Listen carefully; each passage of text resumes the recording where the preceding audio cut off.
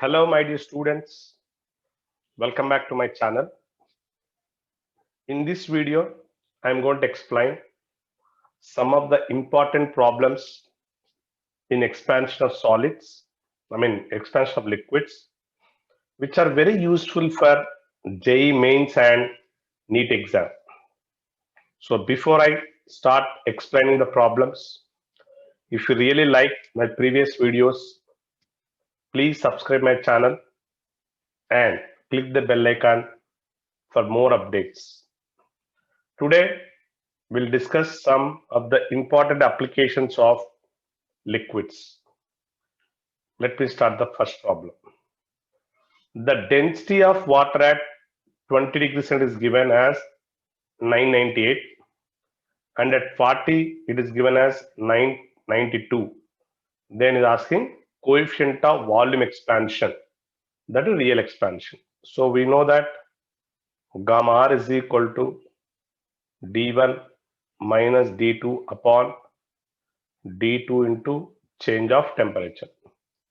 So here initial density will be more than the final. So 998 minus 992 upon 992 into change of temperature is 20. So if you simplify that, so 6 by 992 into 20. So if you simplify that, this will go by 3 times. This is 10. So 3 upon 9920. Okay. So this 9920 is approximately 10,000. So we can write the approximate answer. So 3 into 10 power minus 4. So the correct option, no need to simplify, just by looking at the option also, we can sometime check the answer.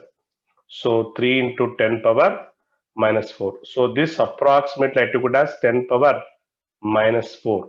Why? Because 1 by 10,000 is 10 power minus 4 per degree centigrade. So the answer is option number A.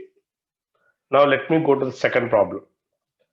The density of liquid at T degrees centigrade is 0.1% of its density at 0 degrees centigrade. Then the coefficient of its absolute expansion is, so we all know that d naught is equal to dt into 1 plus gamma r into T. So it is given the density of liquid at T is 0.1% of its value at 0. That means dt is equal to 0.1% of d naught. So let us write. So d naught is equal to 0.1% means 0.1 by 100. So 100 into d naught 1 plus gamma r T. So d naught cancel, and this 0.1 becomes 1 by 10, so it becomes 1000. So 1000 is equal to 1 plus gamma r T. That implies gamma r T is equal to 999, and therefore gamma r is equal to 999 upon T. So let us check the options. Yeah, option number C is the right answer, 99 by T. Now let's move on to another problem which is also based on the same concept, density. If D naught is the density of liquid at 0 and its coefficient expansion given, density at 100 is asking. So the same logic, D naught is equal to D100 into 1 plus gamma r into temperature is 100. So here is asking D100. Yeah, gamma r value is given, I think, yes. D naught is equal to D100 into 1 plus gamma r is 10 power minus 3 into 10 power 2. So D naught is equal to D100 into 1 by 10. So this is 11 by 10. So therefore D100 is equal to 10 D naught upon 11. 10 d naught upon 11. So option number B. So all these problems, the three problems are based on one single topic, that is density, variation of density with temperature. Let's move on to question number 4. What fraction of the volume of glass flask must be filled with mercury so that volume of empty space may be the same at all temperatures? So it's a very standard problem. So here let us take volume of glass filled with mercury. So let me take volume of mercury. And let us take, this is gamma of glass and gamma of mercury. We all know that when this is called unoccupied space or unoccupied volume, when this unoccupied volume will be constant only when the change in volume of glass is equal to change in volume of mercury. So we write volume of glass into gamma glass into change of temperature, same as volume of mercury into gamma mercury into change of temperature, because for both of them change of temperature is same.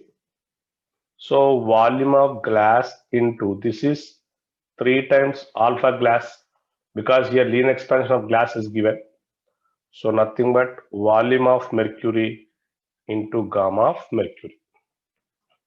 Now we have some values given. Let us substitute. 3 into what is alpha glass?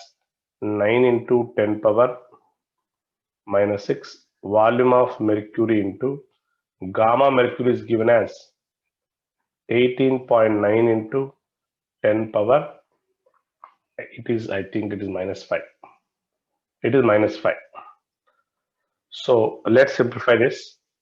And this minus 5 and this will cancel by one time. So volume of glass into 27 into 10 power minus 1 is equal to volume of mercury into 18.9. But we have to find out volume of mercury. So volume of mercury is equal to 27 by, so it become 189, because 10 minus 1 will come down into volume of glass. So this will go by 7 times. So exactly it will go by 7 times. So from this we understand that volume of mercury is equal to 1/7 of volume of glass, a standard identity. So the answer is option B. Volume of mercury that should be filled in the glass tube so that unoccupied volume is always constant is 1/7 of glass. Now let's see the next problem, problem number 5. Where a liquid filled in two vessels A and B. So there is one vessel A and let's take another vessel B. And this is filled up to this. Let's take a liquid is taken. And equal volumes is heated. The quotient of apparent expansion of the liquids are found to be gamma 1 and gamma 2. Here it is given apparent expansion gamma 1. Here it is gamma 2. Alpha 1 quotient expansion of A. So alpha 1 here, alpha 1 you need to find out. For the first one, alpha 1 given and alpha 2 is question mark. So this particular problem is based on the fact that real expansion is independent of nature of container. So we all know that gamma R is equal to gamma A plus 3 alpha. So for the first vessel, if I apply the formula, gamma R is equal to gamma 1 plus 3 alpha 1. So this is equation 2. For the second vessel, gamma 2 plus 3 alpha 2, second equation.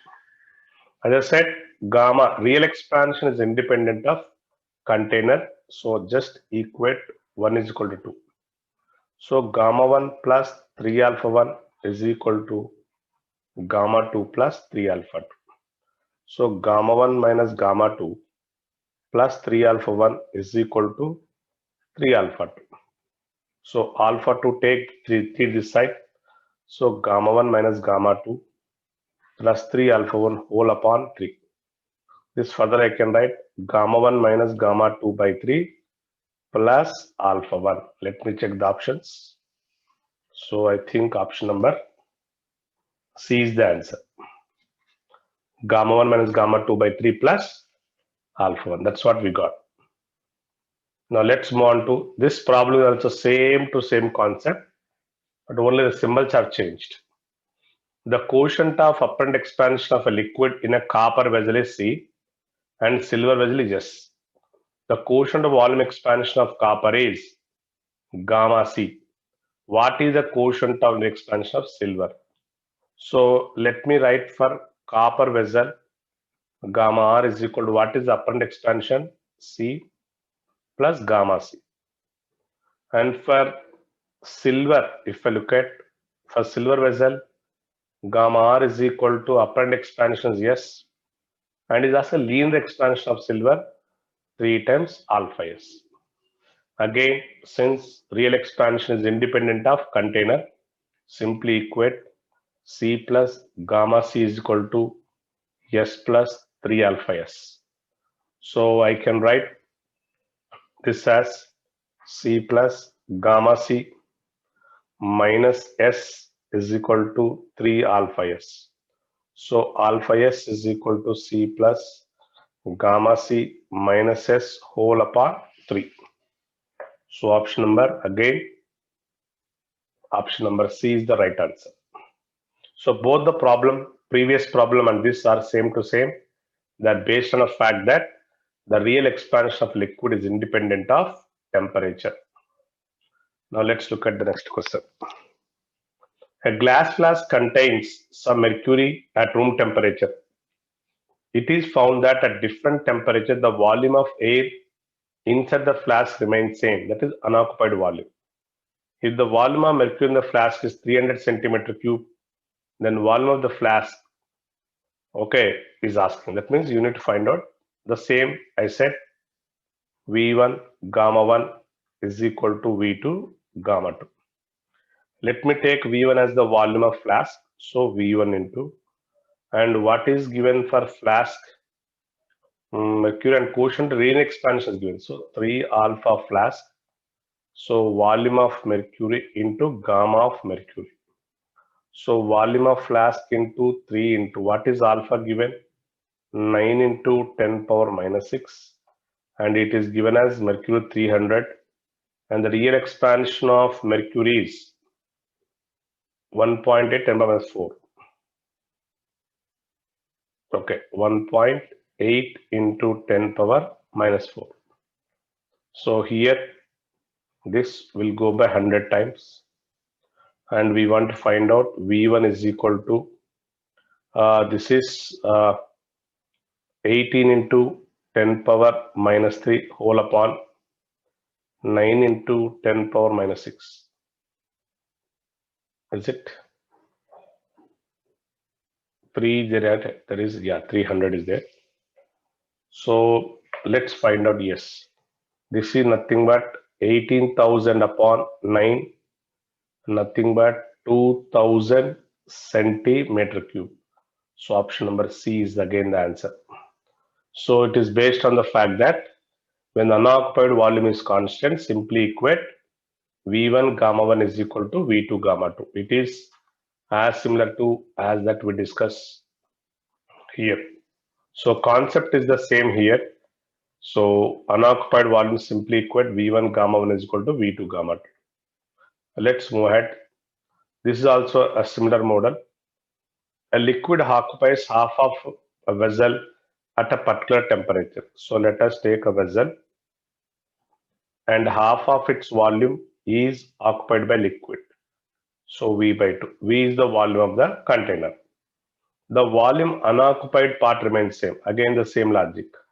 So V1 gamma 1 is equal to V2 gamma 2.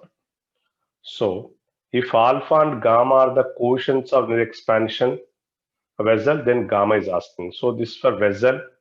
So V into 3 alpha and volume of the liquid is V by 2 and gamma. So from this I understand gamma is equal to 6 alpha. Why? Because we cancel. So the answer is 6 alpha. So very simple problem. It is based on the fact that whenever unoccupied volume is constant, you can simply equate them. Now let's move on. A glass vessel of volume V is to be partially filled with a liquid of volume of quotient exponent gamma, so that the space inside vessel may remain constant. Again the same problem. So V1 gamma 1 is equal to V2 gamma 2. So here what you're supposed to find? The volume of the liquid required for the purpose. So we need to find out the volume of the liquid. And gamma, volume quotient expansion is gamma. Okay. So alpha, right? So this is V into 3 alpha is equal to V2 into gamma. So V2 is equal to 3 alpha V by gamma. So option number again C. So all these problems are based on sim, but there are different models. The concept is same. So we are discussing on the same concept, varieties of problems. Again, let us see. A horizontal tube open at both ends contain column of liquid. This is a very, very important problem. There is a horizontal tube.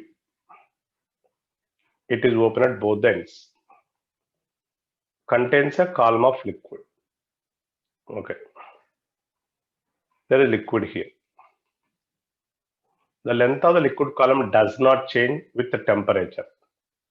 Gamma is quotient of volume expansion of the liquid. Alpha is quotient of expansion of the material of the tube. Then is asking what is the relation between gamma and alpha. So we can take like this. The change in volume is also equal to area of the tube will change. Length is constant. L into change in area. Because area of the tube, that's why length will constant. This is V gamma delta T is equal to delta A is A beta delta T.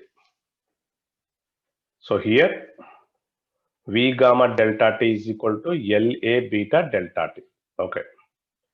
Now we can cancel delta T cancel. And therefore gamma V is equal to area in length into beta. So again this volume get cancelled. So gamma is equal to beta is 2 alpha. So gamma is equal to 2 alpha. So very important model. So the answer is gamma is equal to 2 alpha, option number B. Now let's move on to the problem number 11. A barometer with a brass scale. So there is a scale here, and that there is a tube. Brass scale correct at 0 reach 70 centimercury on a day when the air temperature is 40. The correct reading at 0 is, so mercury is given, alpha brass is given. So here we need to understand that along with the mercury, the brass is also expanding. So height HT is equal to initial reading into 1 plus. Now we need to subtract, this is gamma, this is alpha. You need to subtract the expansion of the scale from the mercury. So we write gamma minus alpha into change of temperature. So I'll repeat. Here we have to, because the scale is also expanding along with the mercury. So that's why we're getting fault reading. So we need to subtract. So but it's asking H naught. So I can write H naught is equal to HT by 1 plus gamma minus alpha into delta T whole power 1. And we can take it to the numerator. So H naught is equal to HT into 1 plus gamma minus alpha delta T whole power minus 1. So again we use a little bit of maths. So 1 plus x whole power n or minus n is equal to 1 minus nx minus nx if x less than 1. The same logic I apply. So H naught is equal to Ht into 1 minus gamma minus alpha into delta T. So for all these faulty barometers, we need to use this expression. So here if you look at the value at Ht given, that is given as 70. Now is asking value at 0. So let us substitute the values. So H naught is equal to 70 into 1 minus. So what is gamma here? Let me take the gamma value.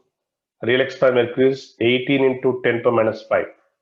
Alpha is 18 10 power minus 6. So this is 18 into 10 power minus 5 minus 18 into 10 power minus 6 multiplied by what is the change of temperature given? 40, 0 to 40. So 40. So let's multiply with 40. So this is nothing but 70 minus 70 into, so this I can write as 1.8 into 10 minus 5. So I can take common 18 minus 1.8 into 10 power minus 5 into 40. So this is again 70 minus 7 into, so let's take 1.8 common from 18. So I think it becomes 16.2. Yeah, into 4 into 10 power minus 3. So if you calculate this value, you come across this as nearly, let us find out the value of that.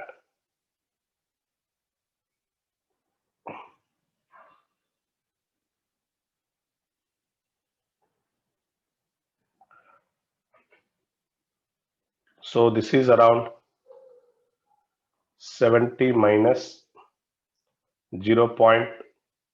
Some nearly 453 something. So if you subtract it, you get this as 69.5 centimeter. So overall the answer is 69.5. This is the only nearest answer. So here the concept is very simple. We have to use the formula 1 minus gamma minus alpha and delta T. Now let's move on to the next problem. A mercury thermometer contains 2 centimeter cube is completely filled with mercury at 0 degree centigrade. So this is thermometer and we all know that this is temp, and this contains how much? 2 cc of mercury is present. Now we need to find out at completely filled with mercury at 0 degree centigrade. Distance between 0 degree centigrade and 100 marks is given. So let's take this is 0 degree and this is 100 degree centigrade.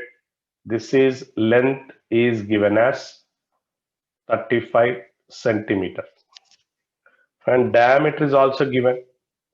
The diameter is given, so I can take the radius as 0.01 centimeter or 10 power minus 2 centimeter. Then is asking gamma A. So we know that the original volume is given. Whenever you heat this, it occupies entire tube. So gamma A can be written as the change in volume by original volume into change of temperature. So this is volume is nothing but volume of the cylinder only, the cylinder volume. So pi r square L upon V into delta T. Let us calculate that.